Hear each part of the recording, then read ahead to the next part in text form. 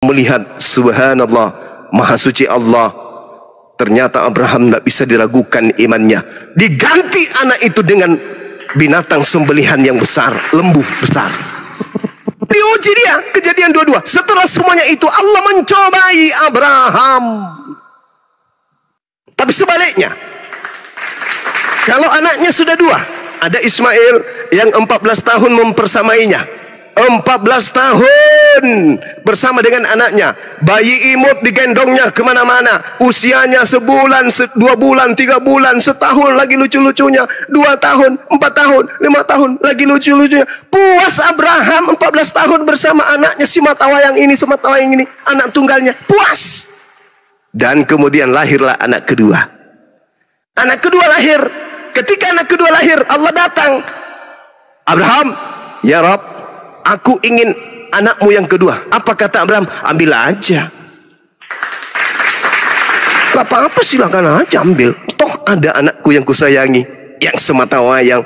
Abraham mencintai anak pertama. Itu pasti tuh.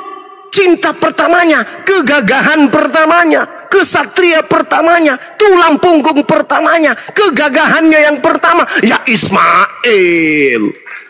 Tuhan datang minta Isa, ya ambil aja. Berarti tidak maksimal pencobaan. Kenapa? Karena kasih sayang Abraham sudah tidak tunggal, udah terbagi. Kasih sayangnya separuh di Ishak, kasih sayangnya separuh di Ismail. Ketika Allah datang minta, kasih anakmu yang ini, yang Ishak. Apa kata Abraham? Ya ambil aja, toh masih ada satu. Enggak ada apa-apanya percobaan kayak gitu, enggak ada apa-apanya. Seibarat orang tua punya anak 3, meninggal 1, sesedih-sedihnya hatinya pasti terhibur, masih ada 2 kan. Iya toh? Ismail pasti datang mengelus-elus bapaknya. Ayah kan masih ada aku, biarkan aja adik pergi. Demi untuk Tuhan minta, biarkan ada kan. Oh iya betul. Ya udahlah Rab, ambillah anakku ini, enggak apa-apa. Tapi bukan itu. Allah melihat hati Abraham pada saat Abraham meminta berangis-nangis, dia berdoa memohon kepada Tuhannya agar diberikan keturunan dan diberikan satu bernama Ismail. Satu-satu ini diminta lagi. Barulah itu percobaan yang sangat luar biasa. Seibarat apa? Bang Suma punya duit 1 miliar, hilang 100 juta, masih ada 900 juta. Cak Ayu tidak terlalu menderita kali. Tapi kalau Pak Bom duitnya cuma 10.000, hilang 10.000, jilat telapak kaki Cak Ayu, menderita semenderitanya. Itu yang dimaksud. Jadi kalau Ismail yang diminta tidak ada adiknya, itulah baru benar-benar ujian yang maksimal. Tapi kalau Isa yang diminta ada Ismail, itu bukan ujian Cak Ayu. Itu cuman apa ya bilangnya ya? Ya cuman apa ya bilangnya ya? Ya cuman takdir ajanya. Sementara ini bukan takdir, ini percobaan Tuhan. Buktinya anaknya tidak jadi mati, yang mati adalah domba. Berarti percobaan. Maka ada yang perlu diluruskan di dalam terjemahan Bible ini. Ada pastinya. Jangan memperbodoh diri. Firman Tuhan kepadanya, ambillah anakmu yang tunggal itu, titik. Jangan lagi ditambah, yakni Isa. Ketahuan bagi orang-orang yang IQ-nya tinggi. Wah, ini kalau dalam kasus polisi nih, kalau Intel nih yang tangani kasus kayak begini, udah ketahuan ini pendusta, ini pembohong. Anakmu yang tunggal kok yang nyebutnya yakni Isa anak kedua. Piye toh? Ah, bubar. Ini bullshit, bohong. Anak pertama itu yang disebut anak tunggal, Cak Ayu. Anak pertama anak tunggal. Anak tunggal itu anak sematawayang. Tidak ada adik, tidak ada kakak. Itu baru anak tunggal. Kalau sudah ada kakaknya disebut anak tunggal, hanya orang yang makan plastik basi yang bisa mengimani itu. Makanya Al-Quran saya menceritakan kalian, yukhadi'unallaha walladzina amanu. Mereka ingin menipu Allah. Mereka ingin menipu orang-orang beriman. Padahal sesungguhnya mereka hanya menipu diri mereka sendiri. Wa inna minhum lafariqal yalwuna alsinatahum bil kitab litahsabuhu minal kitabi wa ma huwa minal kitab. Dan sungguh di antara mereka niscaya ada segolongan yang memutarbalikkan lidahnya membaca sebuah kitab agar kamu percaya dan menyangka bahwa itu adalah kitab. Padahal sesungguhnya itu bukan dari Alkitab. Dia berkata itu dari Allah, padahal sesungguhnya itu bukan dari Allah. Bukan dari Allah. Fawailul lilladzina yaktubuna al-kitaba biaydihim tsumma yaquluna hadza min indillah liyastaru bihi thamanan qalila. Celakalah orang yang menulis sebuah buku dan mengatakan ini dari Allah, padahal itu bukan dari Allah, hanya sekedar untuk mendapatkan keuntungan yang sedikit. Ngarang cerita, bolak-balik kitab suci, dibola sana sini. Ya, Tuhan dibilang manusia, manusia dibilang Tuhan, anak tunggal dibilang anak kedua dibilang anak tunggal. Itu bagi orang berakal pasti tinggalkan buku itu karena irasional, tidak masuk akal.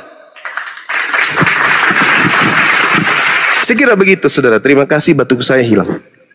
Baik, Bang Juma, terima kasih. Izin saya tanggapi, boleh Bang Juma? Saya tambah satu data ya. Pertanyaan pertama tadi. Bunda, boleh kasih data satu. Sebentar Bang KTP. Ketika Sarah mati, itu kejadian 23 ya. Maka kemudian matilah Sarah di Kiryat Arba, yaitu Hebron. Di tanah Kanaan. Abraham datang sebagai, kata akhirnya, sebagai orang iya, asing. Iya, Abraham tidak serumah. Abraham datang meratapi mayat Sarah. Lanjut, silakan. Lanjut pertanyaannya. Terima kasih. Silakan. Ya. Izin saya tanggapi yang pertanyaan pertama Bang Juma. Berarti tidak ada ya Bang Juma di Al-Quran yang menuliskan perintah sunat gitu ya Bang Juma? Kalau langsung disebutkan sunatlah kulubmu itu nggak ada. Kenapa saudara? Kenapa? Nabi Ibrahim anaknya Ismail, anak pertama, manusia pertama setelah Abraham yang bersunat itu adalah Nabi Ismail, bukan Ishak. Dan Nabi Ismail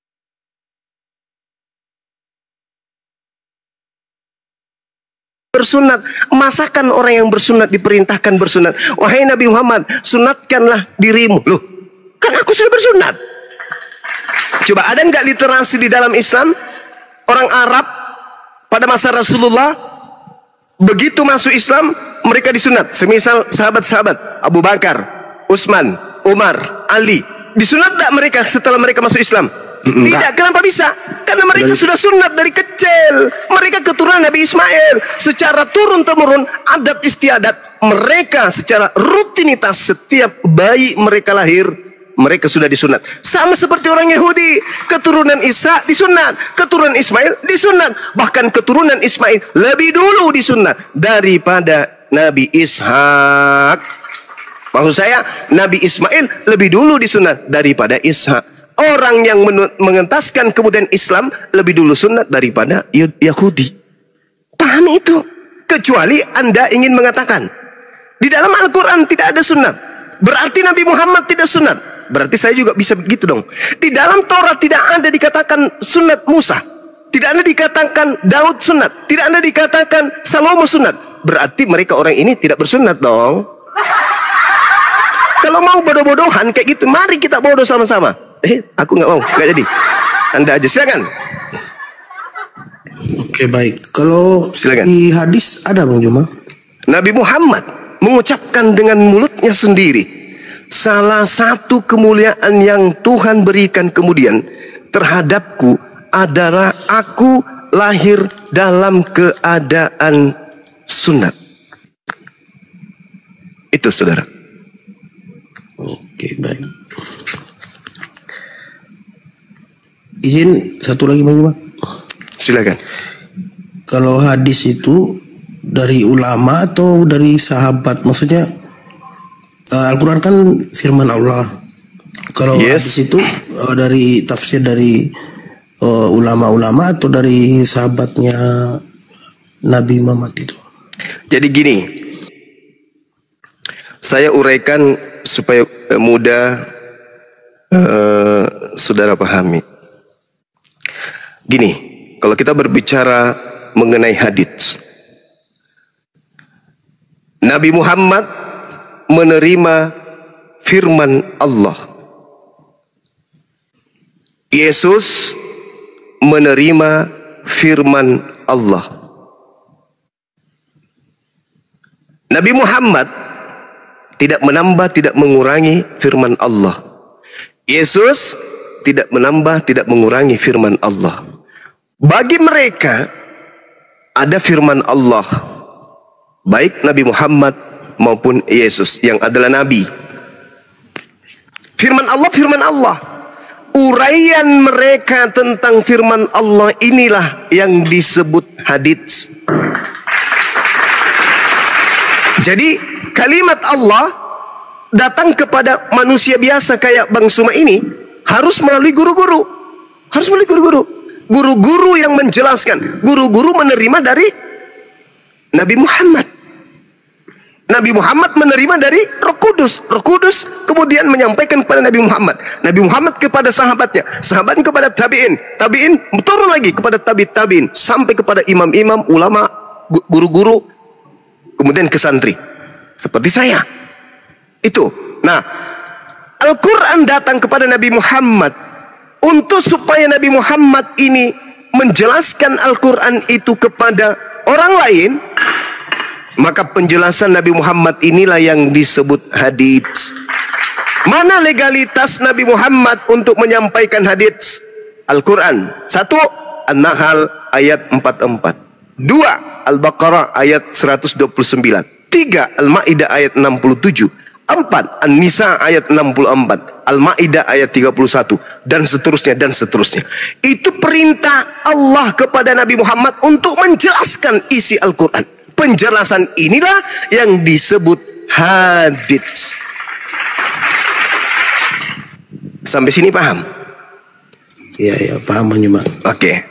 Saya pikir ada situ kejadian di mana sahabat Nabi melihat contoh Nabi Muhammad lagi pergi ke suatu tempat ditulis gitu. Seperti itu bukan ya Bang Juma? Ya, hadits itu adalah perbuatan Nabi Muhammad, persetujuan Nabi Muhammad, ketetapan beliau, perkataan beliau yang menguraikan kemudian satu hukum. Itulah yang disebut hadits. Jadi Nabi Muhammad berkata, kemudian Nabi Muhammad menyampaikan cara-cara. Misalnya, sallu kama ra'aitumuni usolli. Salatlah kalian sebagaimana kalian melihat aku salat. Maka sahabat menguraikan. Salatnya Nabi Muhammad begini. Mengangkat tangan. Kemudian melipat di depan dada. Lalu kemudian rukuk. Berdiri kemudian. Lalu turun langsung sujud. Lalu duduk. Lalu sujud lagi. Lalu kemudian berdiri kembali. Begitu diuraikan oleh para sahabat. Siapa yang punya potensi, siapa yang punya kemudian kapasitas untuk menjelaskan Nabi Muhammad? Sahabat dong. Siapa yang berpotensi, yang punya kapasitas untuk menjelaskan Yesus? Murid-muridnya dong. Berapa muridnya Yesus? 12 dong. Tapi kenapa yang menjelaskan bukan muridnya? Lukas bukan muridnya, Markus bukan muridnya, Paulus bukan muridnya. Siapa lagi? Matius, penulis buku Matius juga bukan muridnya. Penulis buku Yohanes juga bukan muridnya. Kenapa loncat? Kalau hadits Al-Quran setelah Nabi Muhammad, ya sahabatnya dong, muridnya dong. Setelah muridnya, ya muridnya murid. Habis itu ya cucunya murid. Habis itu ya cicitnya murid. Seterusnya turun. Makanya ada yang disebut dalam Islam sanad. Apa sanad itu? Mata rantai penyampaian informasi. Dari si A ketemu si A, si B ketemu si C ketemu si D ketemu dengan E ketemu dengan F ketemu dengan G, begitu seterusnya sampai hari ini. Itu Islam. Kalau di Kristen, Yesus, habis itu kemana? Langsung terjun ke K, tidak melalui B, C, D, F, G, H, I, J, langsung di K. Dari mana Lukas mendapatkan berita-berita itu? Dari kesaksian-kesaksian orang. Siapa orangnya? Ente gelap.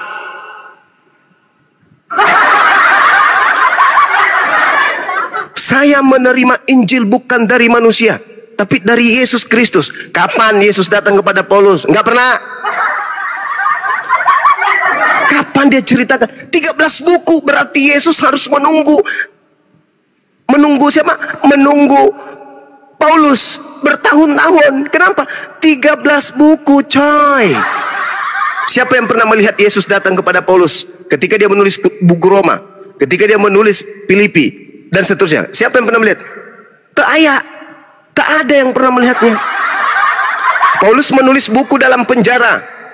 Salah satunya Timotius. Misalnya Filipi. Ada Yesus datang ke situ? Nggak pernah Yesus masuk penjara. Permisi Pak. Ya siapa? Saya mau jenguk tahanan. Namanya siapa? Yesus. Mau ketemu dengan tahanan siapa? Paulus. Udah masuk. 2. Diajarin di situ? Pernah? Nggak pernah. Ada cerita itu? Nggak ada. Lalu dari mana mereka mendapatkan informasi ini? Dari kesaksian-kesaksian orang. Siapa orangnya? Nggak tahu. Nggak tahu tiap orang. Mungkin Martinus, Marta, Filipus, Spertus, Andrianus, Tandiolong Mantidenteng, Sumilang, Mingkondong Diobela, Kandebobo Sisolapekan. Nggak tahu siapa orangnya. Siapa yang menjelaskan itu kepada Lukas? Gelap.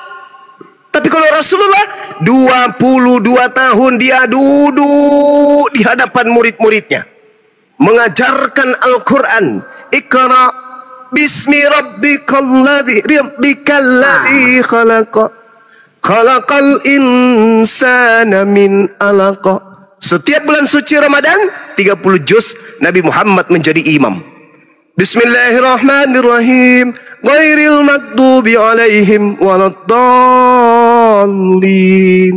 Amin. Bismillahirrahmanirrahim. Alif lam mim. Zalikal kitabu la raiba fihi hudan lil muttaqin alladzina yu'minuna bil ghaibi wa yuqimuna as-shalah wa mimma razaqnahum yunfikun. Selama 22 tahun lebih Nabi Muhammad kemudian memimpin pembacaan ayat suci Al-Quran. Adakah Yesus pernah membaca? Pada mulanya adalah firman. Firman itu bersama-sama dengan Tuhan. Dan firman itu adalah Tuhan. Pernah Yesus baca dalil itu? Gak pernah. Terus dari mana pengarang Yohanes menulis itu? Gak tahu. Dari mana? Theophilus yang mulia. Banyak orang yang menyusun berita-berita tentang peristiwa-peristiwa yang terjadi di antara kita. Maka aku terpanggil untuk menyelidikinya. Lalu menyusunnya kembali untukmu. Pernah Yesus mengucapkan kalimat itu? Enggak pernah. Lalu dari mana kemudian Lukas mengambil kata-kata kayak gitu? Dari Rasul Paulus yang diutus Tuhan kita Yesus Kristus kepada jemaat yang ada di Laodikia. Dari mana Paulus mengambil kata-kata kayak gitu? Dari Yesus? Enggak juga. Sedangkan Yesusnya mengatakan dalam Yohanes 12, aku Yesus sang penerima firman tidak berkata-kata dari diriku sendiri. Berarti Yesus tidak punya pengantar karangan. Sementara penulis Bible, Cini Kim sendiri. Lihat mongko sendiri kawan. Lihat aja sendiri. Surat-suratnya Paulus itu. Surat kepada jemaat di Roma. Surat kepada jemaat di Galatia. Apa itu? Yesus aja nggak pernah kirim-kirim surat. Nah, jadi begitu saudara ya, supaya dipahami bahwa bagi kami untuk menjadi Islam berakal dulu. Jadi kami tidak mengimani Islam itu begitu saja. Di Islam itu ada yang beriman lalu berilmu. Ada juga sebaliknya, berilmu dulu baru beriman.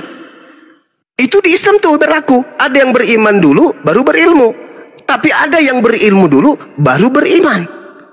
Kedua-duanya ini nggak bisa dipisahkan. Kalau Anda beriman dulu, wajib hukumnya dibarengi dengan ilmu. Kalau Anda berilmu dulu, wajib hukumnya diimani. Itu di Islam nggak bisa terlepas antara ilmu dan iman, antara iman dan ilmu nggak bisa terlepas. Kalau di Kristen terbalik, Cak Ayu. Di Kristen itu apa? Imani dulu, baru pelajari. Nah, bagaimana kalau tidak masuk akal? Imani aja, pokoknya iman lebih tinggi daripada akal.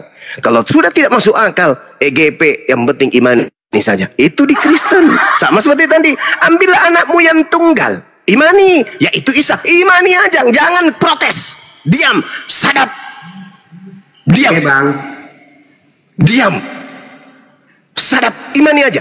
Ambillah anakmu yang tunggal itu, yaitu Ishak. Akal mengatakan, anak tunggal Ishak?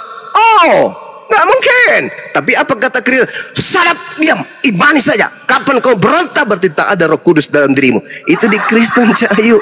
Kalau di Islam enggak. Apa? Ini gimana ceritanya? Dari mana dasarnya ini? Ribut para imam, ribut mazhab kemudian. Oh, ini tidak bisa. Kita harus gelar ilmiah. Gimana ceritanya ini? Anak tunggal kok jadi anak kedua jadi anak tunggal. Gimana caranya? Nggak boleh. Harus diputuskan. Kalau perlu kita harus putuskan hari ini juga. Dipanggil pakar. Ini gimana ceritanya? Dari mana asalnya ini? Apa asbabul wurudnya? Asbabul nuzulnya kayak mana? Buka. Itu di Islam. Jadi harus dikaji dengan ilmu dulu baru diimani. Atau ketika sudah terlanjur beriman, iman itu harus selaras dengan ilmu. Tidak boleh melambai sendiri tanpa bersanding dengan ilmu pengetahuan. Itulah Islam. Berbeda dengan Kristen. Maria melahirkan Tuhan. Imani aja. Tutup akalmu. Pokoknya jangan mau bahas lagi. Titik. Yesus lahir. Pada hari ini telah lahir bagimu juru selamat, yaitu Tuhan di kota Daud. Tuhan lahir, Cawdu. Bagaimana bisa benar? Udah, tugasmu imani aja. Pokoknya akhir bulan bayar per puluhan. Nggak usah lagi kau pikir-pikir itu. Nggak. Pokoknya kau selamat. Selamat. Kristen selamat. Titik. Jangan mau lagi bahas. Jangan. Tapi Tuhan masa dilahirkan sama cewek? Jangan terlalu ambisius, Bang. Jangan pakai akal. Matikan akalmu. Imani aja. Itu di agama Anda. Silakan. Bang Yuma. Ya, Paman. Tolong dijelaskan sama saya. Kenapa sholat itu harus jam 1? Itu ada apa? Jam 3 ada apa? Jam 6 ada apa? Jam 9 ada apa? Tolong dijelaskan, Bang. Oke, baik. Jadi Islam itu ya di dalam Al-Quran jelas sekali mengatakan dalam surah An-Nisa ayat 100 tolu. 100 tolu. Ya, tolu itu berapa? Nggak tahu saya, Bang. Saya orang Dayak. Sama, saya pun nggak tahu. Sama ya? Bang. Oke. Al-Quran mengatakan kemudian, A'udzubillahi minasyaitonirrajim. Fa iza qadaitumus shalah fazkurullah qiyamah wa qu'udah wa ala junubikum fa iza tama'nantum fa aqimus shalah innas salata kanat 'alal mu'minin kitaban ma'quta. Selanjutnya apabila kamu telah menyelesaikan solatmu, ingatlah Allah ketika kamu berdiri, ingatlah Allah ketika kamu duduk, ingatlah Allah ketika kamu berbaring. Kemudian apabila kamu telah merasa aman, maka laksanakanlah solat itu sebagaimana biasanya. Sungguh solat itu adalah kewajiban yang telah ditentukan waktunya atas orang-orang yang beriman. Iya, Bang. Yes. Saya beriman dengan waktu itu. Cuma saya tidak ngerti dengan waktu itu ada apa yang terjadi itu, Bang. Enggak perlu, itu perintah. Itu perintah. Jadi saya harus imanin aja.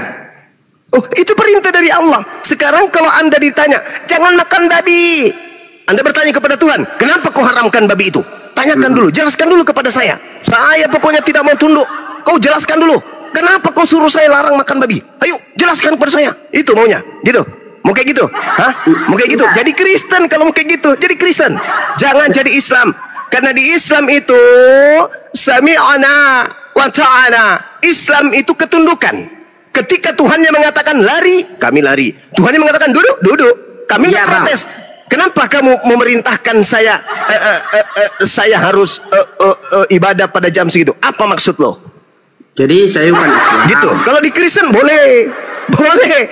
Saking jengkelnya Kristen, sabar. Saking jengkelnya Kristen kepada aturan-aturan Tuhan, sampai aturan Tuhannya harus mati dengan membayar tumbal di atas pohon salib. Betul? Jadi gini Bang Juma. Saya Ya, juga gimana? bukan orang Islam, jadi bukan orang Kristen. Cuma kalau saya suruh mengimani, saya harus teliti dong. Ya udah. Betul? Oke. Kamu sudah Nah, teliti jadi- dirimu? Tunggu dulu. Kamu sudah teliti dirimu?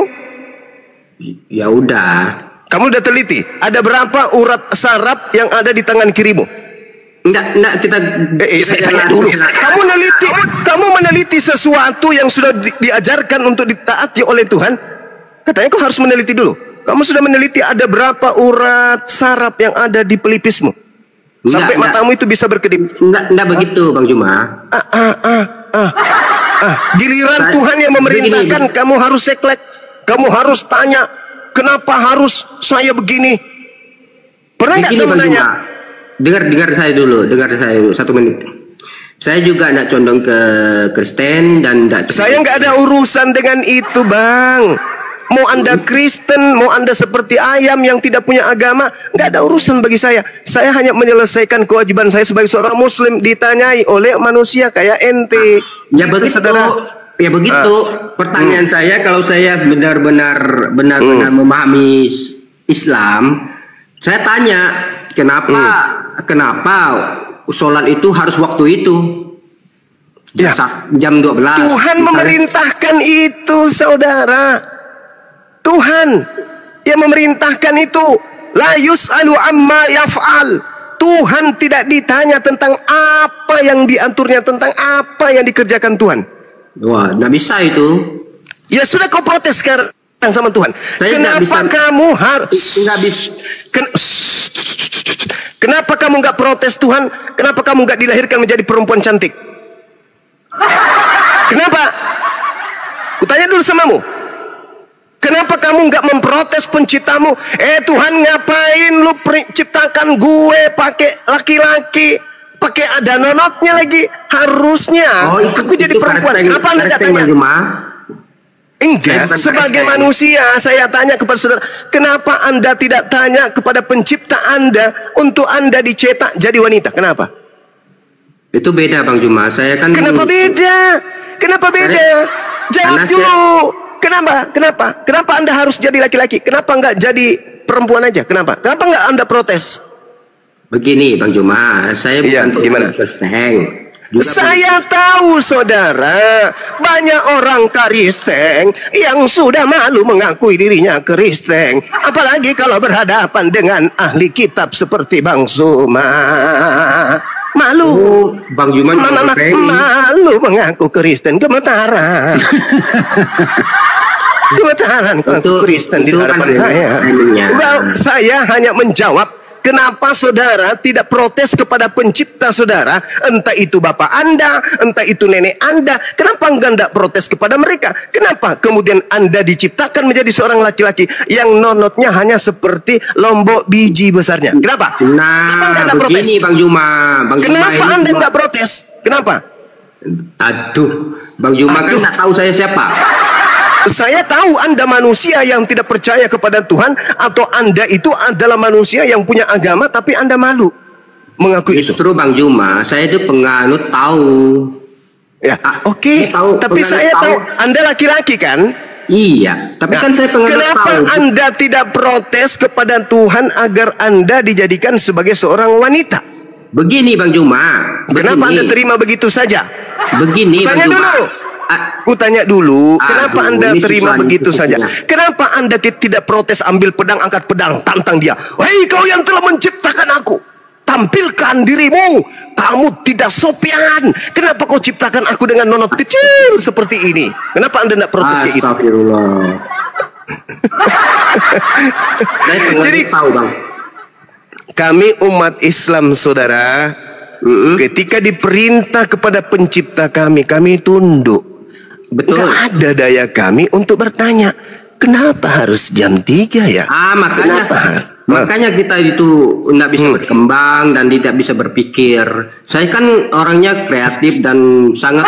Ya sudah, apa-apa yang kau pikirkan tentang proses penciptaanmu? Kenapa kau jadi laki-laki? Bukan penciptaan. Kenapa harus sholat itu jam itu? Misalnya kan di dalam Islam kan, kenapa harus jam 12 ya? Kenapa harus jam 3 ya? Kenapa harus jam 6 ya gitu? Untuk apa Anda tahu itu? Ya karena saya kan mungkin suatu saat mualaf. Oh enggak, orang yang pakai mu'alaf itu adalah orang yang bisa menundukkan kemudian hatinya di atas kebenaran. Bukan kebenarannya, karena ilmu. Bukan kebenaran yang kemudian dianggap sebuah kesesatan. Enggak kayak Dulunya begitu. saya Buddhis. Ya, saya nggak ada urusan dengan Anda. Keyakinan Anda saya nggak ada urusan dengan itu. Betul. Anda kan bertanya kepada saya. Saya juga nggak ada urusan sama Anda. Nggak ada. Saya nggak ada urusan dengan agama. Teman-teman, setahu saya orang ini naik ke sini punya urusan dengan saya, makanya dia bertanya kepada saya, betul? Betul. Sekarang Anda turun, Anda cari pohon kelapa, ajak pohon kelapa itu bicara. Jangan ke saya, Anda nggak ada urusan dengan saya katanya. Betul? Ya Anda turun, cari batu nisan, kuburan Cina, temani ngomong itu batu nisan. Hei batu nisan, kok kamu kayak saya otaknya beku? Kamu kok beku juga sama kayak aku? Bedanya aku bisa gerak loh. Tengok tanganku, tengok. Aku bisa goyangkan. Batu nisan kamu nggak bisa deh. Dibilang lagi tuh. Udah sana, pergi. Cari batu nisan kuburan Cina, kau ngomong sama batu nisan itu. Kalau Tuhan kami, Al-Quran menguraikan la yus'alu amma yaf'al wa hum yus'alun. Dia Allah tidak ditanya tentang apa yang dikerjakan, apa yang diperintahkan, apa yang diaturnya, apa yang diinstruksikan, apa yang dilarangnya. Hei Allah, kenapa kamu melarang itu? Nggak ada. Kitalah yang akan ditanyai oleh Allah. Wahum yus'alun. Kenapa ketika kamu hidup tidak menggunakan akalmu? Kenapa ketika kamu hidup justru yang kau sembah manusia? Kenapa ketika kamu hidup kamu justru melakukan satu kegiatan yang justru bertentangan dengan otakmu sendiri? Kita yang ditanya, bukan kita yang bertanya kepada pencipta. Itu namanya botol cuplis. Lanjut teman-teman. Ya Bang Juma, satu lagi. Boleh. Kan di Mazmur 22 kan dulu Bang Juma mengatakan bahwa Yesus tidak disalib. Adalah yang disalib itu adalah orang yang dikutuk, yaitu Yudas. Saya mau tanya, di Mazmur 22 itu kan nubuatan perjanjian lama. Itu kata siapa itu nubuatan? Kata siapa itu nubuatan? Sebentar Bang Juma, kan itu lagu, Yesus mau mati, mau wafat di kayu salib, dia berkata, Eli Eli lama sabatani. Nah di Mazmur Allah mengapa kau meninggalkan aku, itu ada nubuatannya di Mazmur 22. Allah mengapa kau meninggalkan. Jadi cocok, berarti benar yang disalib adalah Yesus gitu Bang Juma. Karena di Mazmur 22 satu perikop itu menceritakan kisah tangan dipaku, apa semua lengkap. Terima kasih. Iya, oke. Jadi gini saudara, kitab saudara Eli Eli lama sabaktani itu tertulis di mana Bang? Enggak, maksudnya Lukas? Enggak. Eli Eli itu tertulis di mana? Lukas. Iya, perjanjian baru. Ada dan nubuatnya di Mazmur perjanjian lama. Iya, di mana itu? Tunggu saya cari dulu, lupa saya. Ya, Matius kah? Atau di Markus kah? Atau di Lukas? Masa gitu nggak tahu?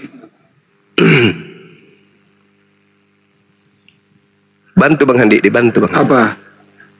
Di mana Etere tulis itu? Matius. Matius 27:46. 46, ya. Tenang aja, Bible berjalan. Matius 27 nomor 46. Saya buktikan dulu Matius 9 nomor 9. Kita lihat supaya kita paham cerita ini. Setelah Yesus pergi dari situ, Yesus melihat seseorang bernama Matius. Berarti yang menulis ini bukan Matius dong. Andaikan yang menulis ini murid Yesus, maka dia akan mengatakan, setelah Yesus pergi dari situ, Yesus melihat aku. Tapi dia mengatakan, setelah Yesus pergi dari situ, Yesus melihat seseorang yang bernama Matius duduk di rumah cukai. Lalu Yesus berkata kepadanya, ikutlah aku. Maka berdirilah Matius lalu mengikuti dia. Tertulis di mana? Matius 9 nomor 9, Cak Ayu. Berarti Matius ini, kitab Matius ini tidak dituliskan oleh murid Yesus. Agar supaya buku ini dianggap sebagai tulisan murid Yesus, maka buku Matius diberi nama Matius, Matea. Padahal itu bukan tulisan Matius. Dan memang kitab terdahulu milik orang Kristen ini itu tidak ada namanya dulunya, nggak ada. Belakangan baru dikasih, oh ini Yohanes, ini Markus, ini Matius. Itu belakangan munculnya baru dikasih nama. Termasuk kitab Wahyu. Nah, sekarang kita masuk. Anda mengatakan bahwa di dalam kitab Mazmur itu bukan nubuat, kawan. Sudah tertulis itu sebuah lagu untuk pemimpin biduan menurut lagu rusa di kala pajar. Bukankah Yesus itu domba? Ini rusa. Rusa sama domba 2025 udah sama ya, Bang Andi? Tidak. Oh, tidak sama, masih tetap beda. Di data nomor 2, Eli, Eli, mengapa engkau meninggalkan aku? Lanjut. Aku berseru tetapi engkau tetap jauh dan tidak menolong aku. Yesus ini minta tolong sama siapa? Yesus Tuhan turun jadi manusia, minta tolong kepada siapa lagi? Katanya Kristen satu Tuhannya. Allahku, ilahku, aku berseru-seru pada waktu siang. Oh ya? Tetapi engkau tidak menjawab. Terus? Dan waktu malam. Tetapi juga tidak engkau aku tenang. Malam. Bukannya malam itu dia sudah dikubur. Mana yang betul ini? Ilahku, aku berseru-seru padamu pada waktu siang. Oke lah, pada waktu siang dia berseru, betul. Tapi pada waktu malam Yesus berseru enggak?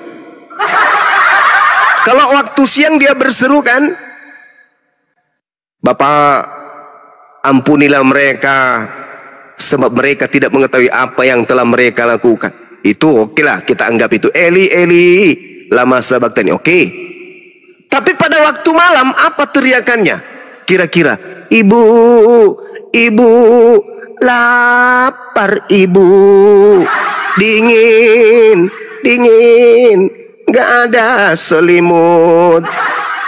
Akhirnya mungkin ibunya mendengarkan atau temannya akrabnya mendengarkan bernama Maria. Sampai subuh raja di hari Minggu dia datang ke kuburan. Padahal cerita yang ada di Mazmur ini, siang dia teriak, malam juga dia teriak.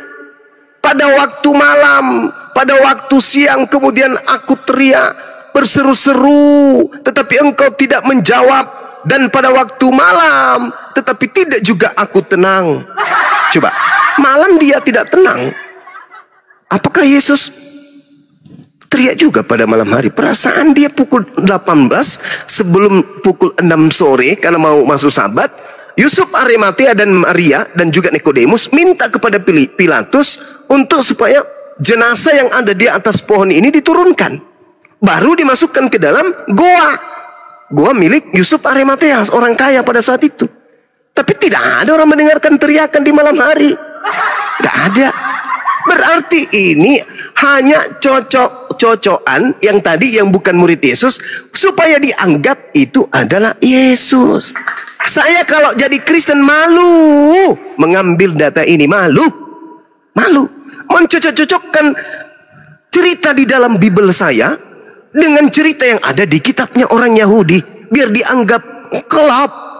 Dulu sebelum ada internet, umat Islam boleh ditipu dengan kata-kata ini.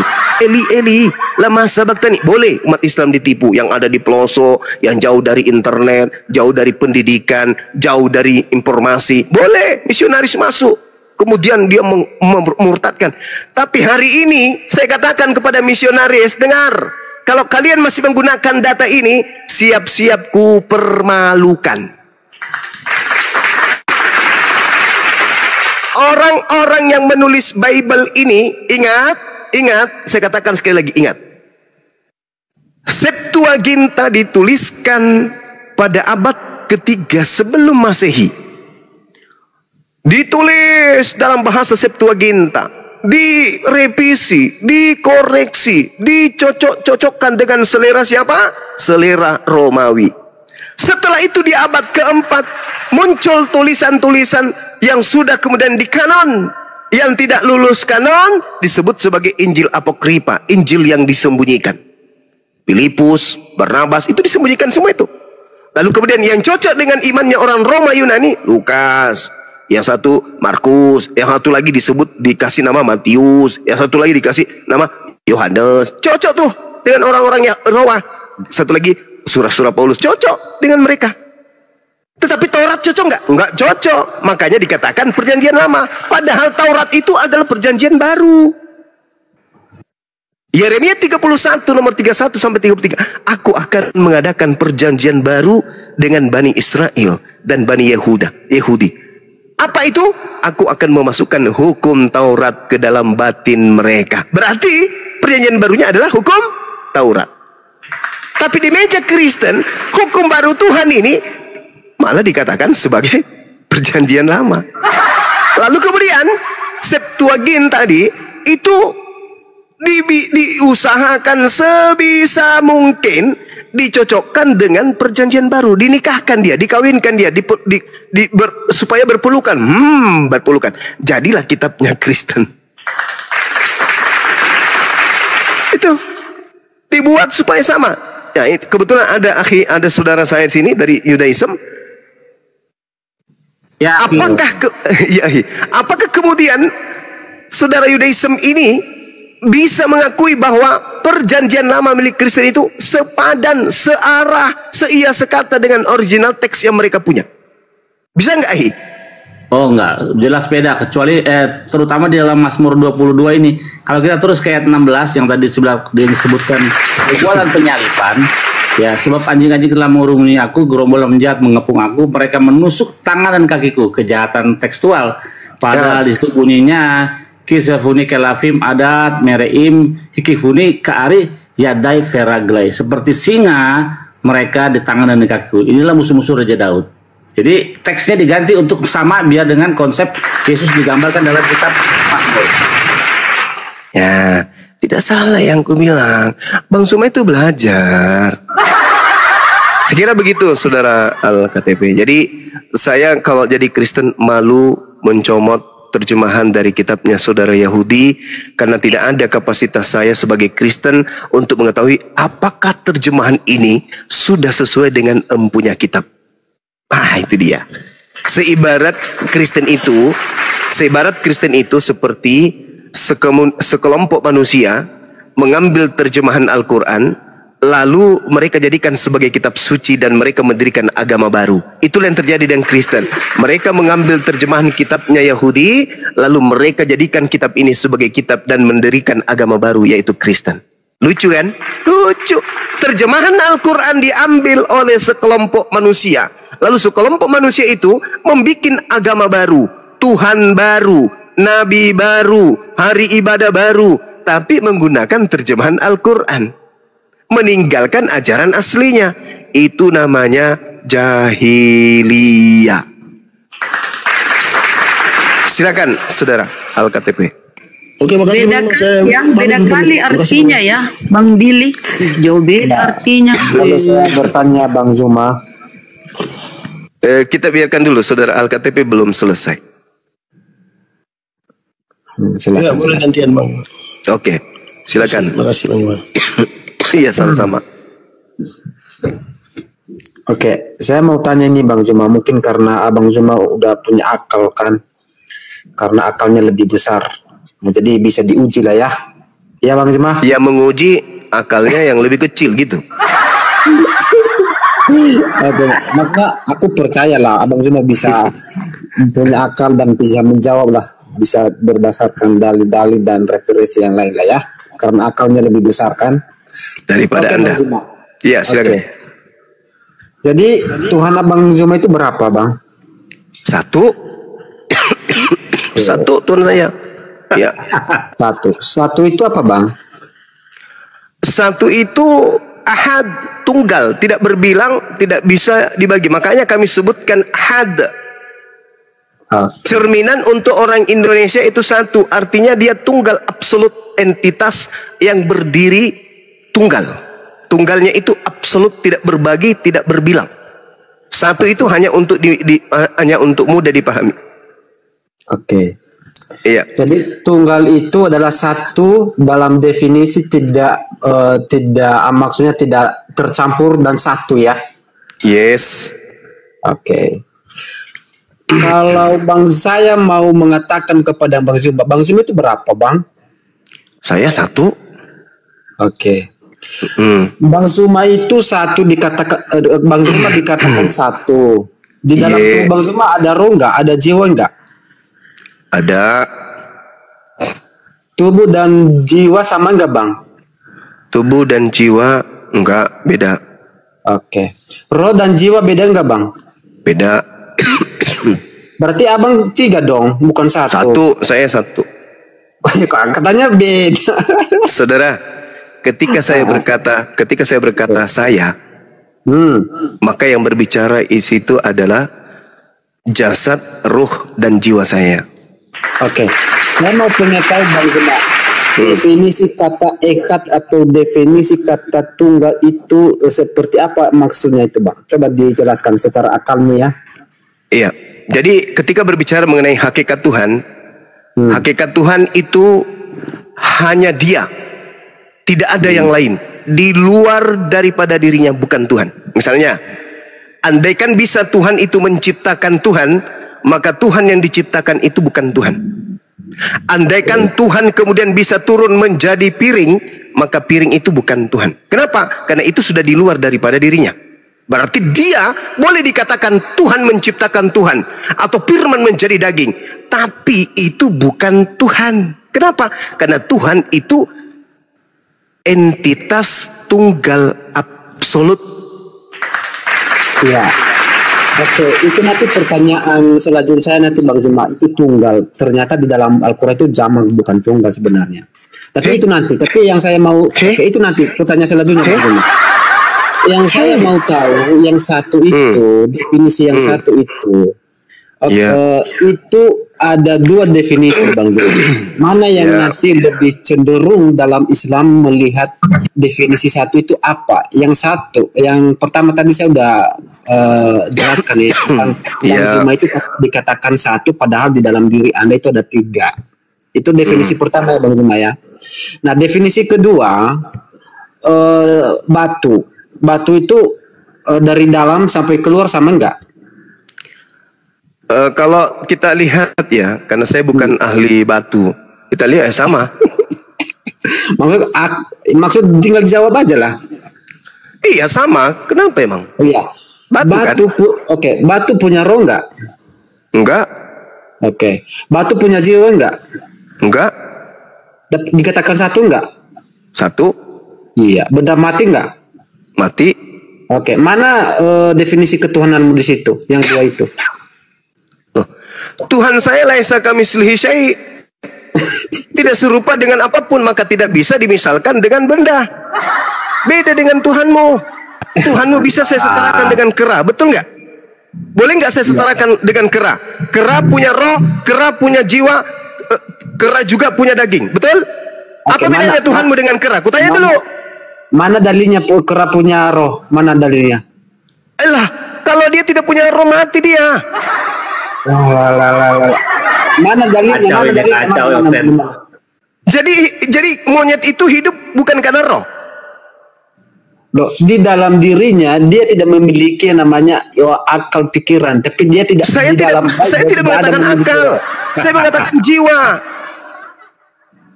Terus? Jiwa itu perpaduan antara roh dan jasadnya kera. Meskipun pada sisi ini dia tidak sama seperti manusia. Nah sekarang kalau Anda mengatakan apa yang Anda ingin katakan dengan bertanya seperti itu tentang Tuhanku, Anda menganalogikan Tuhanku dengan diriku. Ya, tidak bisa, karena Tuhanku itu tidak sama seperti saudara. Tuhanku itu tidak bisa disetarakan dengan apapun. Kitabnya orang Yahudi berkata, hendak dengan siapa engkau mempersamakan aku hingga kami sama? Kamu nggak malu? Kamu nggak malu? Akalnya kan bisa memahami, ya kan? Akalnya lebih besar kan, bisa memahami ketuhanannya kan. Jadi saya Maksudnya? mau tahu mana definisi dua Gimana ini? tadi, definisi satu itu yang alam itu seperti apa? Laisa kamislihi syai'. Pencipta alam semesta ini tidak sama, tidak serupa, tidak semisal dengan apapun. Berarti Belum bukan masuk di satu otak, dong. belum? Tapi berarti bukan satu dong. Anda mempersamakan batu banyak batu ginjal, batu cincin, batu telinga. Anda mempersamakan manusia, ada Bang Suma, ada Bang Billy, ada Bang Alif, ada Bang Alfi, banyak manusia. Tidak bisa disetarakan dengan manusia. Tuhanku beda dengan Tuhanmu. Tuhanmu bisa disetarakan dengan makhluk yang lain. Maaf nih, saya balik tanya boleh? Silakan. Oke, Anda mengambil analogi tadi kan, 3 dalam 1, betul? Betul. Nah, kamu mengambil analogi itu semisal Tuhanmu, betul? Betul. Yesus ada berapa pribadi dalam dirinya? Dia ada 2 natur. 2 natur atau 3? 2 natur. Jiwa? Kalau berbicara tentang kemanusiaannya ya dia manusia sejati. Kena kau. Anda menganalogikan, sabar dulu, sejati. sabar. Ini geliran saya. Oke. Anda Oke, bertanya tadi kan, saya menjelaskan. Bang Suma kau katakan ada jasadnya, ada ruhnya dan ada jiwanya. 3 dan kau katakan 1, betul? Betul. Yesus ada jiwa, ada roh, ada jasad, betul? Betul. Berarti Yesus sudah memiliki 3 pribadi.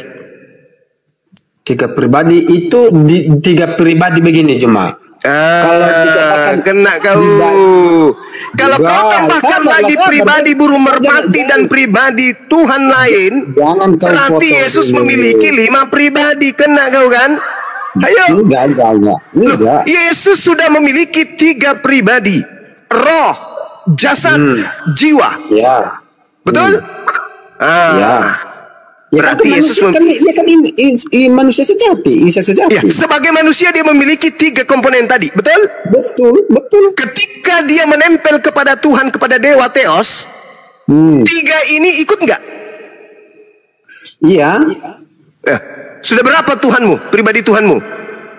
Kemanusiaannya itu bukan Tuhan cuma, tetapi ilahiannya itu. Anda tadi mengambil analogi Bang Suma itu 3 pribadi. Kenapa Anda mengambil analogi Bang Suma 3 pribadi dan batu itu 1 pribadi? Anda ingin mengatakan Tuhanku setara dengan batu kan? Ya. Dan Anda ingin mengatakan Tuhan Anda, dan Anda ingin mengatakan Tuhan Anda setara dengan manusia kan? Ya, begini Pak. Yesus sudah memiliki 3 pribadi. Berarti Yesus itu sabar. Berarti Yesus itu sudah memiliki trinitas di dalam dirinya, 3 tetapi 1. Jangan kau campur lagi Bapak masuk ke situ. Jangan kau campur lagi Roh Kudus. Jangan kau campur lagi Roh Kudus di situ. Oke, Abang Zuma berapa? Saya 1. Lah tadi katakan Tuhan Yesus. Kalau itu 3, kalau itu 3. Yesus. Lah terus Anda katanya berarti kalau Anda mengambil contoh seperti Tuhan Yesus, berarti Anda juga Tritunggal dong di dalam diri Anda. Yang menjadi Bang Suma, sabar. Yang menjadi Bang Suma ini Tuhan atau bukan? Yang menjadi Bang Suma ini Tuhan atau bukan? Ya Anda manusia lah, karena nggak ada. Yang menjadi Yesus ini Tuhan atau bukan?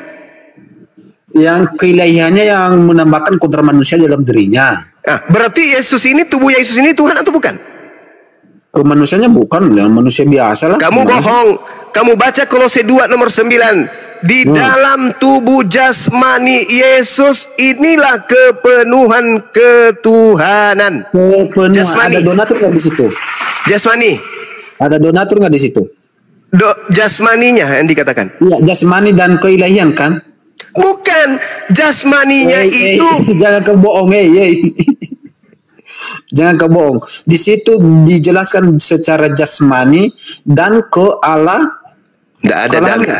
Tidak ada dan di situ. Kamu jangan bohong. Kolose 2 Oke, tolong C2 Anda baca, silakan. Anda baca. Jangan kau bohongi saya. Saya ini ahli Bible. Pendetamu aja cium tangan sama saya. Mana kata dan di situ? Kalau ada kata dan di situ, saya turun dan saya tutup komal. Silakan. Kalau C2 9. 29. Ya. Baca. Sebab dalam dia berdiam secara jasmania seluruh kepenuhan kealahan. Terus itu udah jelas. Jedar. Garis bawahi. Jedar. Mana dannya? Mana dannya? Mana dannya? Seluruh kepenuhan apa jemaah? Kepenuhan kealahan. Apanya yang kepenuhan kealahan? Apanya yang penuh? Keilahian. Apanya yang penuh? Ya keilahian di dalam diri kemanusiaannya itu. Iya, kena kau. Jadi secara jasmani, Yesus itu jasmaninya adalah kemanusiaannya manusia biasa. Dalilnya mengatakan apa? Penuh dengan keilahian, kealahan. Apanya yang penuh dengan keilahian? Kealahan. Ya. Apanya? Kealahan. Apanya yang penuh dengan keilahian? Apanya? Ya ilahi, ilahi itu ya Tuhan lah. Iya. Kok tahu sih? Dalil kitabmu sendiri kau berakin, Cak Ayu. Sebab di dalam dialah berdiam secara jasad seluruh kepenuhan keteosan. Jadi jasadnya Yesus termasuk biji sakarnya, mohon maaf, termasuk biji sakarnya itu adalah Tuhanmu juga. Betul? Namanya manusia cuma di situ ada dua natur. Tidak ada dua natur di situ. Jasmani Cak Kangkung, tidak ada dua natur di situ. Di situ sudah satu natur. Di dalam dialah, dengar. Di dalam dialah berdiam secara apa? Secara apa? Berdiam secara jasmani. Secara jasmani. Apa yang berdiam secara jasmani? Di dalam dirinya itu kan sejasam keutuhan. Saya ulang pertanyaan saya. Apa yang berdiam secara jasmani? Tubuh. Apa yang berdiam secara tubuh? Seluruh kepenuhan kealahan. Berarti biji sakarnya juga adalah Salah.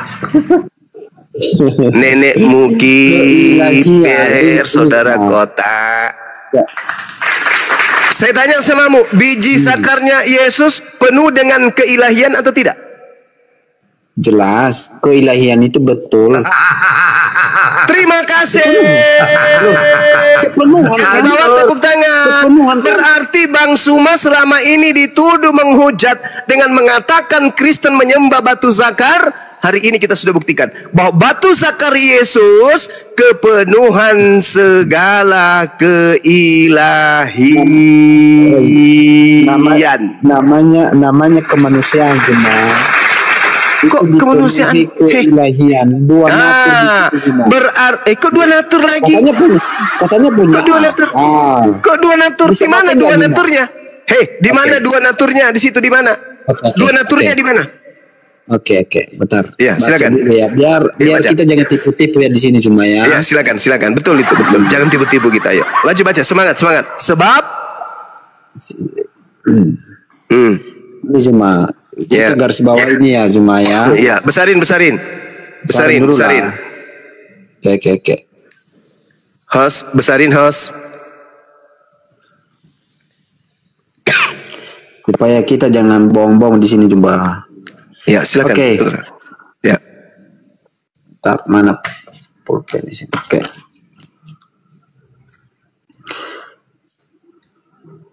Sebab di dalam dialah berdiam secara jasmani. Jasmani itu apa jemaah? Biologis, tubuh, jasad. Garis bawah ini ya. Ini iya, poin jasmani. Iya, jasmani. Oke, jasmani. Iya, jasmani. Ya. Dan enggak ada dan seluruh kepenuhan ilahian. Apa ini cuma? Keilahian, keteosan dalam bahasa Yunani. Ini ada dua poin, ini poin kedua cuma. Jadi jasmani dan kealahan. Jadi Allah berdiam secara tubuh. Bukan begitu. Berarti jasadnya Yesus. Dengar. Jasadnya Yesus itu berdiam padanya. Jasadnya Yesus itu berdiam padanya Bang Zuma bisa menggunakan bahasa Indonesia dengan baik nggak? Bisa. Oke. Dalam jasad Yesus. Bentar. Saya mau lihat dulu kosakata bahasa Indonesia Anda. Jasad itu disematkan kepada siapa, Zuma? Jasad itu kepada tubuhnya Yesus. Di dalam bahasa Ibrani-nya, Yunani-nya disebut somatikos. Oke. Jadi somatikos itu tubuhnya. Buka KBB Zuma. Jasad itu disematkan kepada orang hidup atau orang mati, Zuma? Orang mati. Oke. Anda udah mati belum? Apa Anda mati apa hidup? Kenapa lari ke saya ini? Enggak, kosakata Anda jasad itu kan tidak benar bahasa. Oh ya udah, secara jasmani udah, jangan pakai jasad. Udah. Ya, oke. Jadi salah ada di situ ya? Ya, saya hilap. Oke.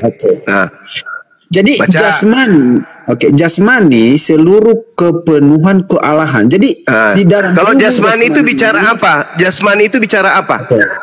Jasmani itu adalah berbicara kemanusiaan. Kemanusiaan dalam hal ini kedagingan, betul? Betul. Biji sakarnya termasuk kedagingan nggak? Berdasarkan Yohanes juga kan? Firman menjadi manusia. Iya. Oke. Berarti batu sakarnya termasuk jasmaninya nggak? Termasuk. Batu sakarnya kepenuhan keilahian juga nggak? Ya, dari kaki sampai kepala, betul. Oke, berarti salah nggak kalau saya mengatakan Anda menyembah Tuhan berupa biji sakar? Betul. Salah nggak? Itu salah, Zuma, salah. Tadi Anda sudah mengakui bahwa biji sakarnya itu kepenuhan keteosan. Ya kan? Iya, betul? kepenuhan. Betul. Oke. Berarti pertanyaan saya, Zuma. Dengar. Berarti ketika biji sakar Yesus hilang, berarti Tuhanmu cacat. Karena kehilangan bagian daripada berarti Tuhanmu cacat. Tuhanmu cacat. Kalau sakarnya hilang, Tuhanmu cacat. Betul? Maka dia harus tetap ada zakar, karena zakar juga adalah bagian daripada Tuhanmu. Betul? Cacat apa, Zuma? Kamu ngomong apa sih? Nggak nyambung sih. Cacat apa yang cacat? Enggak, saya hanya ingin menolongmu. Boleh tidak kemudian Tuhanmu dikatakan sempurna kalau tidak ada biji sakarnya? Dan namanya manusia lah. Harus manusia, ada. Sempurna. Harus ada kan? Berarti biji sakar juga kepenuhan ketuhanan. Betul? Iya. Mana yang lain disembah? Berarti salah nggak kalau saya mengatakan sebagian dari Tuhanmu itu adalah biji sakar? Betul? Salah, Zuma. Karena Anda kan Oke. Terima kasih Anda sudah mengakui saya akalnya lebih besar dari Anda. Ternyata memang terbukti. Saya mau mengatakan sama Anda. Ya. Itu biji yang Anda sebutkan itu keilahian apa jasmani, Zuma? Jasmani yang kepenuhan. Jauh dulu itu jasmani apa ilahi dulu, Zuma?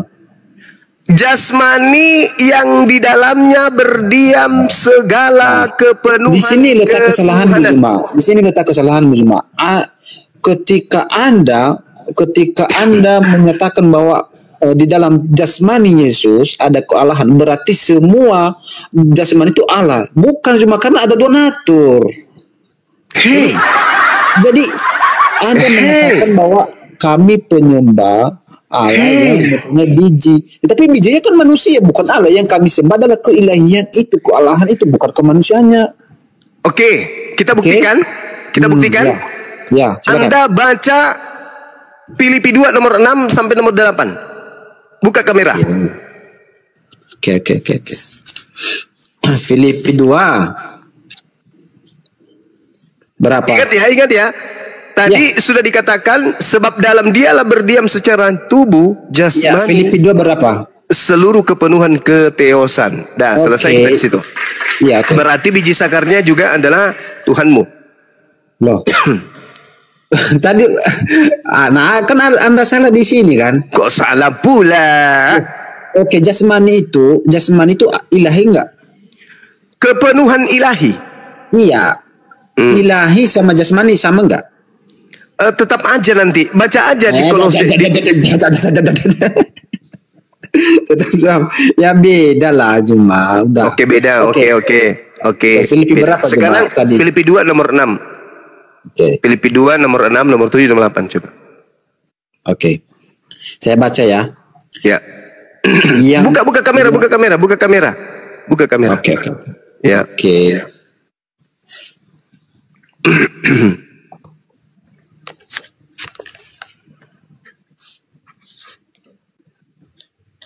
Baca nomor 6-nya. Yang walaupun dalam rupa Allah tidak menganggap kesetaraan dengan Allah. Oke ya, itu poin yang pertama sih kalau saya. Itu sebagai milik yang harus dipertahankan, melainkan telah mengosongkan dirinya sendiri dan mengambil seorang hamba dan menjadi sama dengan manusia. Sekarang pertanyaan saya. Lanjut. Oke. Sekarang pertanyaan saya, yang menjadi manusia ini siapa? Keilahiannya. Berarti ilahimu menjadi manusia, betul? Keilahian itu dia menambahkan kodrat manusia di dalam keilahiannya. Kalau keilahian, karena Allah itu roh cuma. Dia tidak menambahkan. Dia tidak menambahkan, bahkan dia dikatakan dia tidak mempertahankan milik kepunyaannya, melainkan mengosongkan dirinya dan mengambil rupa seorang hamba dan menjadi sama dengan manusia. Tapi kata sama itu cuma sisipan, yang sebenarnya menjadi dengan manusia. Oke. Nah, sekarang yang menjadi manusia ini siapa? Ya Allah. Nah, berarti Allahmu menjadi batu sakar, betul? Apakah dia ketika dia menjadi manusia, apakah dia menjadi manusia, apakah dia berhenti menjadi Tuhan cuma? Jadi ketika dia manusia bukan lagi Tuhan. Iya, itu yang saya tanya. Apakah ketika dia menjadi manusia, apakah dia berhenti jadi Tuhan? Iya, dia Tuhan kan? Iya, dia tuh. Apakah dia berhenti nggak menjadi Tuhan ketika dia menjadi manusia? Berhenti nggak? Justru ini pertanyaan yang saya harus tanya kepadamu. Saya harus bertanya kepadamu. Ketika Tuhanmu menjadi manusia, apakah dia tetap Tuhan? Oke. Pertanyaan. Jadi dia menambahkan kodrat manusia di dalam. Di mana dalilnya dia menambahkan kodrat? Dia mengosongkan diri. Dia mengosongkan diri dan mengambil rupa manusia. Dia sama seperti manusia. Pertanyaan saya, ketika dia manusia, apakah dia masih Tuhan? Kemanusiaannya ya manusia, tetapi keilahian di dalam diri tidak ada manusia. Nggak ada lagi keilahian, sudah hilang pupus. Dia mengosongkan diri dan tidak mempertahankan ketuhanannya, melainkan mengosongkan dirinya dan menjadi manusia. Siapa yang mengosongkan diri? Siapa yang mengosong? Keilahiannya mengosongkan diri. Ketika dia kosong, dia menjadi apa? Oke, apa yang Anda pahami tentang kosong? Dia menjadi apa? Kosong itu apa dulu yang Anda paham? Dia menjadi manusia. Jadi manusia ini Tuhan atau bukan? Manusia itu Tuhan Yesus ilahi menambahkan kodrat manusia di dalam dirinya sehingga dia natur Allah ilahi dan manusia. Itu cuma. Kau tidak malu ditonton ribuan manusia? Dalilnya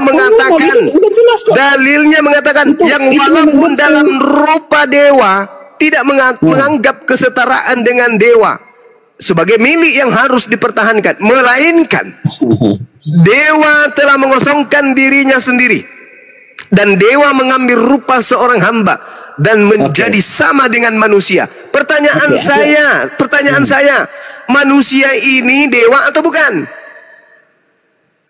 Dia itu adalah Tuhan.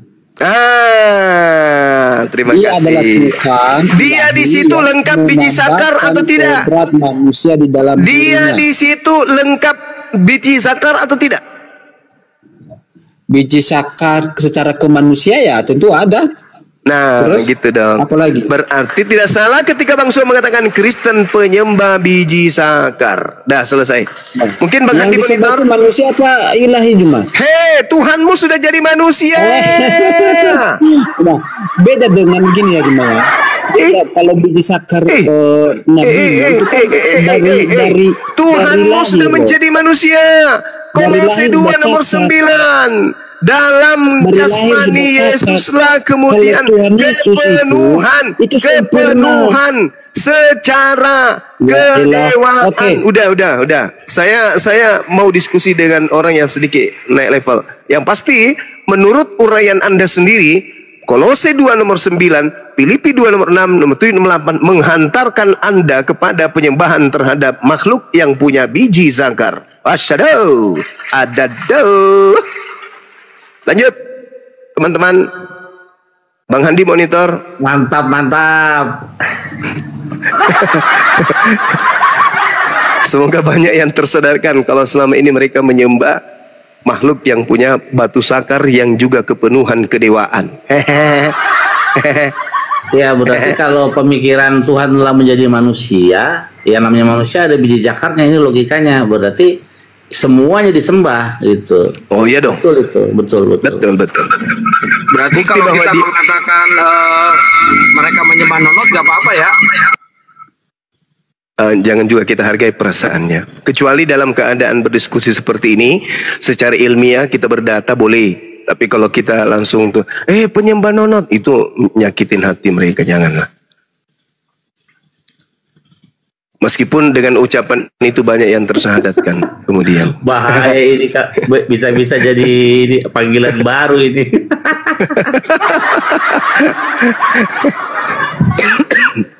Makanya Itu dalam, data. makanya dalam hal ini hentikanlah. Terus apa yang dihentikan? Batuk yang dihentikan, batuk. Batu.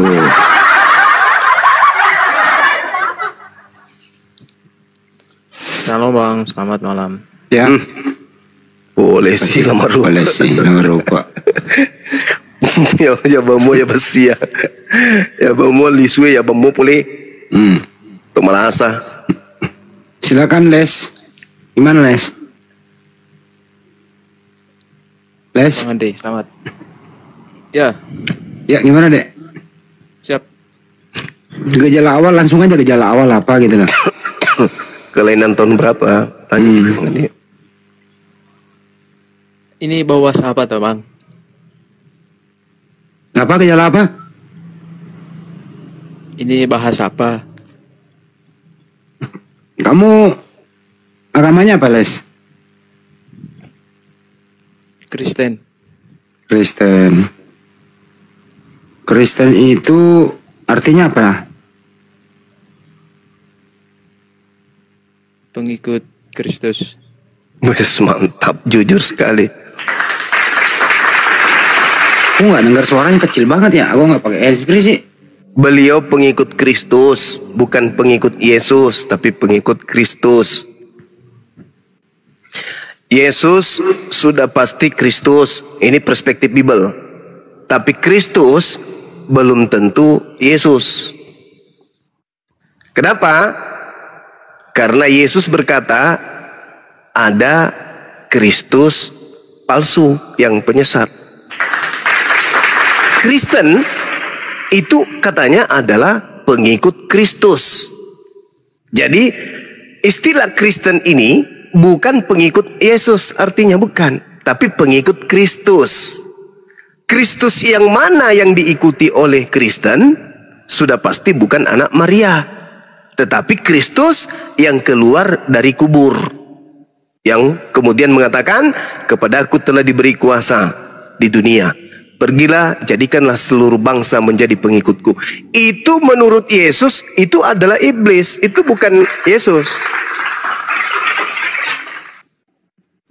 Jadi saudara ini pengikut Kristus. Gitu saudara. Yes. Ya. Yesus udah pasti Kristus. Ya, Ya, tapi Kristus belum tentu Yesus. Tapi Yesus udah pasti Kristus. Ya, perspektif Bible. Wah, bagus kalau gitu bang. Yang udah Iya. pasti-pasti aja lah. Belum tentu Kristus, belum tentu Yesus. Karena ada penyesat juga bergelar Kristus. Kata siapa? Kata Yesus. Ya. Tertulis di mana? Matius 24, nomor 4, nomor 5. Dan nomor 24. Sebab Kristus palsu. Ketahuan kan? Dan nabi-nabi palsu akan datang dan menyesatkan banyak orang untuk melakukan mukjizat, dan dia akan menyesatkan banyak orang dan sekiranya mungkin menyesatkan orang-orang pilihan juga. Nah itu bang. Jadi Yesus sendiri mengatakan ada Kristus palsu. Kebetulan aja di dunia ini hanya ada satu kelompok manusia yang mengaku dirinya sebagai pengikut Kristus, yaitu Kristen. Nah sekarang kita uji nih, apakah Kristen pengikut Kristus asli atau Kristus palsu?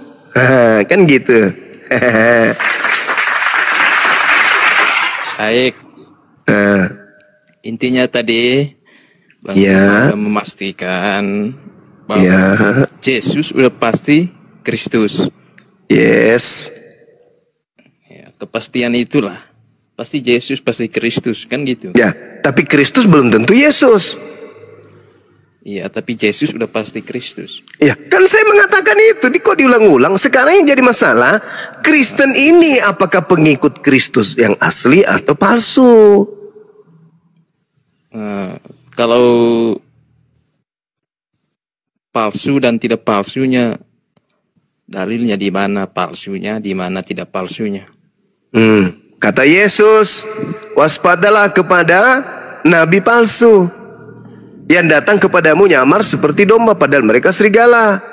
Dari buahnya kau dapat mengenal nabi palsu itu. Apa buahnya?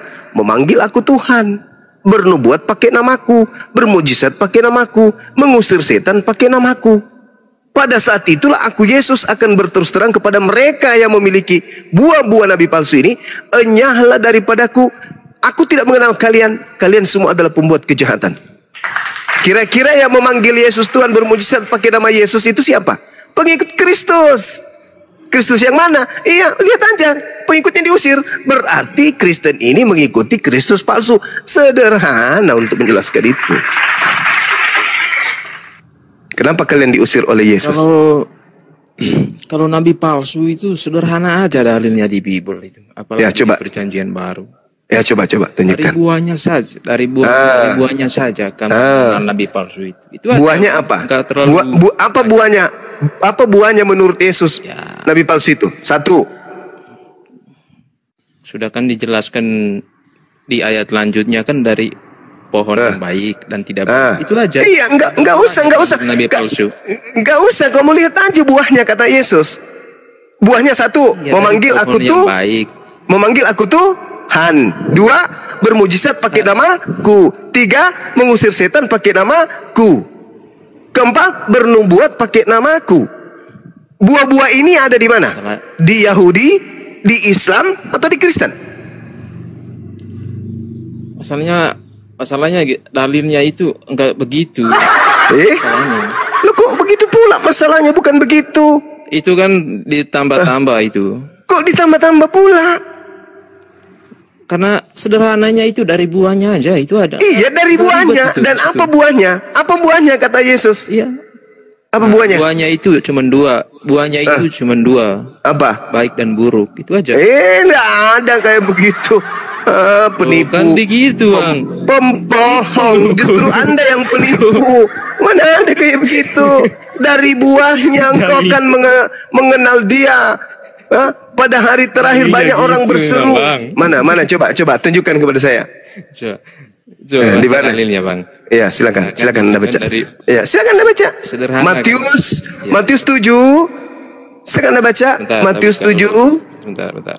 nomor 15 sampai nomor 23. Coba Anda baca. Bibelnya sendiri dipelintir. Ya, kita Cek lagi aja bang. 7 sampai 15 ya. Matius 7 mulai dari nomor 15 sampai nomor 23.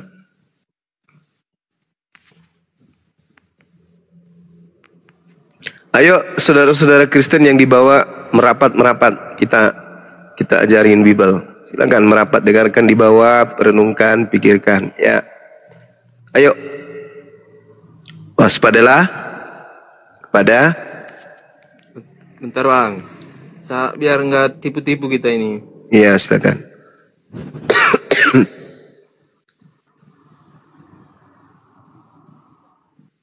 Matius berapa bang? Matius 7 kan? Ini yang menjelaskan. 15. Ya, sampai nomor 23. Satu perikop itu. Oke, siap. Saya baca ya. Iya. Waspadalah terhadap nabi-nabi palsu yang datang kepadamu dengan menyamar sebagai domba. Tetapi sebenarnya mereka adalah serigala yang buas. Gitu bang. Ya, terus sampai palsu itu menyamar sebagai domba. Iya, siapa yang menyamar domba? Domba itu kan Bani Israel. Itu siapa? Domba itu kan Bani Israel. Siapa yang menyamar Bani Israel di luar Bani Israel? Siapa? Islam atau Kristen? Tadi kasih tahu di ayat. Islam atau Kristen? Asumsi dulu. Islam atau Kristen? Asumsi dulu. Domba itu Bani Israel. Yang disebut domba itu Bani Israel. Yeremia 50 nomor 17. Nah, siapa yang nyamar-nyamar seperti Bani Israel di sini? Nah, kita cari serigalanya, kan gitu. Lah, kan serigalanya itu adalah yang bukan Bani Israel, ngaku Bani Israel. Itu siapa? Islam atau Kristen? Iya, makanya kita cari serigalanya itu, Bang. Loh, kok dicari lagi? Sudah ada Jadi ada nyata kok. Di mana? Dicari. Di mana? Enggak ditulis Kristen di situ, enggak ditulis Islam, makanya kita cari, Bang. Kan gitu cara belajarnya.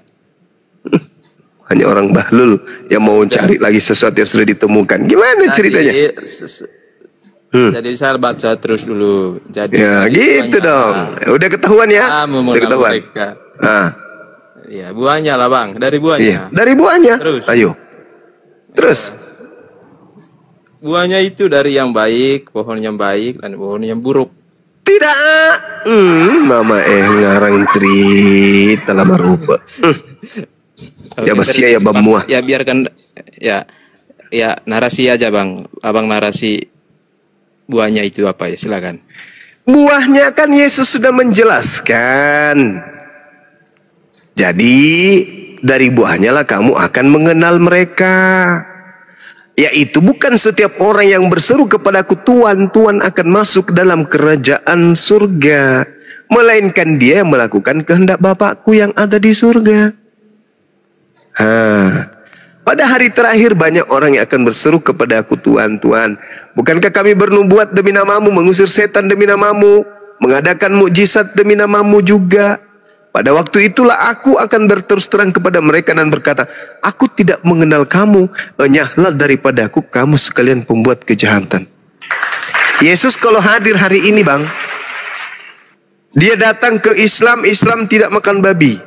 Dia datang ke Kristen, Kristen makan babi. Kira-kira yang mana yang diklaim sebagai pengikutnya? Islam, itu udah pasti.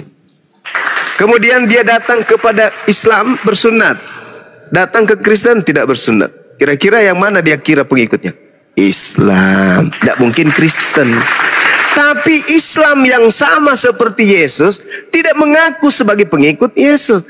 Tapi Kristen yang tidak sama seperti Yesus mengaku sebagai pengikut Yesus. Berarti siapa yang menyamar? Islam atau Kristen?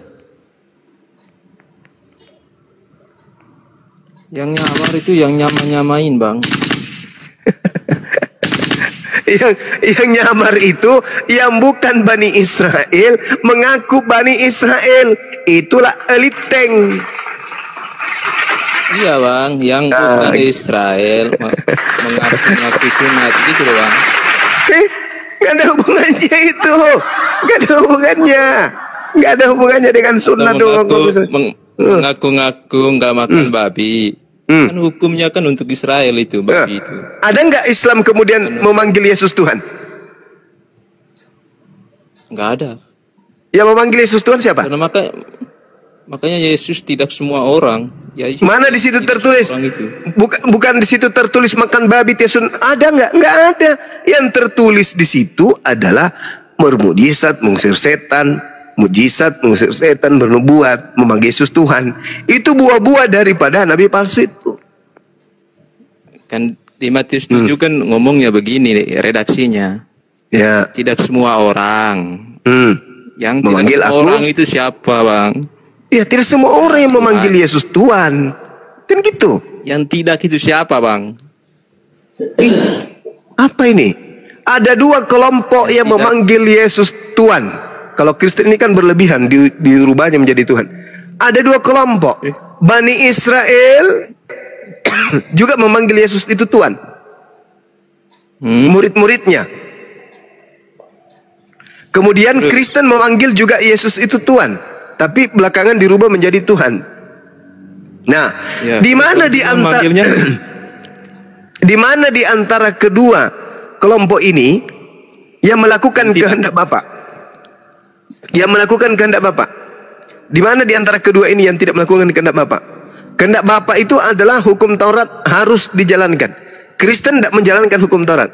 Berarti Kristen lah yang dimaksud. Islam tidak masuk ke situ. Islam tidak masuk ke sana. Kenapa? Hukum Taurat. Islam tidak masuk ke situ. Kenapa? Karena Islam tidak kemudian bermukjizat, mengusir setan, bernubuat pakai nama Yesus. Islam tidak ada di situ. Yang ada di situ adalah murid aslinya Yesus, Bani Israel, yang melakukan hukum Taurat, dan Kristen yang bukan Bani Israel yang tidak melakukan hukum Taurat. Hanya ada dua kandidat, Yudaism atau Kristen. Nah, siapa di antara Yahudi dan Kristen yang nyamar-nyamar menjadi Yahudi? Kalau Yahudi nggak mungkin karena memang mereka Yahudi. Kristen ini yang bukan Yahudi yang nyamar-nyamar Yahudi. Serigala nyamar domba. Kristen itu mengaku domba tapi makan babi. Domba itu makannya rumput bukan daging. Ada nggak Yahudi makan babi? Enggak. Kenapa? Mereka domba. Kalau kalian makan daging babi, bisa nggak kalian itu dikategorikan domba? Tidak. Namanya apa nih? Namanya